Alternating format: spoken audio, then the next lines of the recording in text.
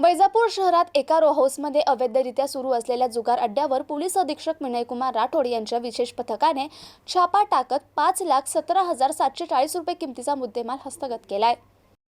ही कारवाई 17 डिसेंबर रोजी सायंकाळी देवगिरी हॉस्पिटल समोरील शिवशंकर नगर येथे बांधकाम सुरू असलेल्या एका रो हाऊसमध्ये करण्यात आली आहे। यात 18 आरोपी हे तिरट नावाच्या पत्त्यावर पैसे लावून खेळताना आढळून आले। या कारवाईत पोलिसांच्या पथकाने 18 लोकांना ताब्यात घेतला असून त्यांच्या ताब्यातून रोख रक्कम 46,000 रुपये, 16 मोबाईल, 4 दुचाकी वाहने, 1 चारचाकी वाहन असा एकूण 5,17,440 रुपये किमतीचा मुद्देमाल हस्तगत केला आहे।